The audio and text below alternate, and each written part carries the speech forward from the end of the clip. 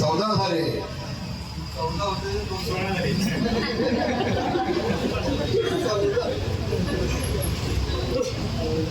पुन्हा एकदा मला 14 होते त्यांचे, एक झाला.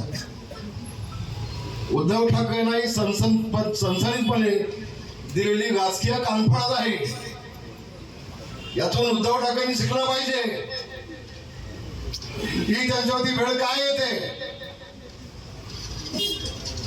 या जगातला कुठलाही पक्षप्रमुख असा नाही की आपल्याच आमदाराला संपून टाकायचा.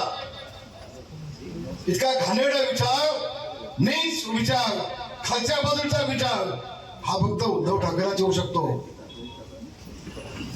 इथं काही सुभेदार पाठवले होते, व्यासपीठावर सगळ्यांची हकालपट्टी, व्यासपीठावरच्या सुभेदारांनी नियुक्त्या केल्या. शिवसेना प्रमुख माननीय बाळासाहेब ठाकरेंची शिवसेना अशी नव्हती. आणि म्हणून बांधवांनो, मला अतिशय आनंद होतोय की आज योगेदाराच्या पाठीशी दापोली मतदारसंघामधल्या या दापोली नगर परिषदचे 14 नगरसेवकांच्या आतमध्ये मी खालीदभाई अनुभाई तुम्हाला सांगतो एक गोष्ट. पुन्हा एकदा मनापासून आभार मानतो. हे बघा आमचे बाळशेठ आले, बाळशेठ या इकडे या. हे बघा बाळशेठ आलेले आहेत शिवसेनेमध्ये.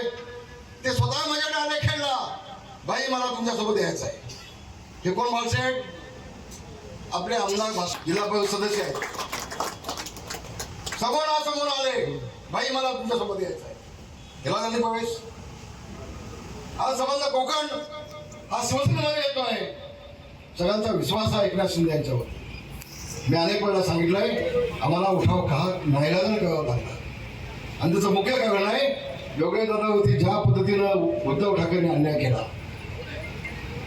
ज्या पद्धतीनं त्याला संपवण्याचा प्रयत्न केला, ज्या पद्धतीनं राजकारणाचा पूर्णपणे उद्ध्वस्त करण्याचा प्रयत्न केला.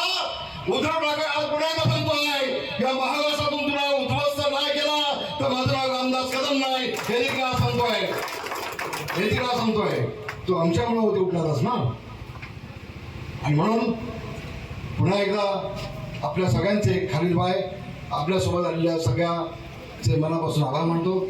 अनुभवभाई तुमच्यासोबत आलेल्या सगळ्यांचे मनापासून आभार मानतो. सुगण साहेब आपल्या सगळ्यांचे मनापासून आभार मानतो.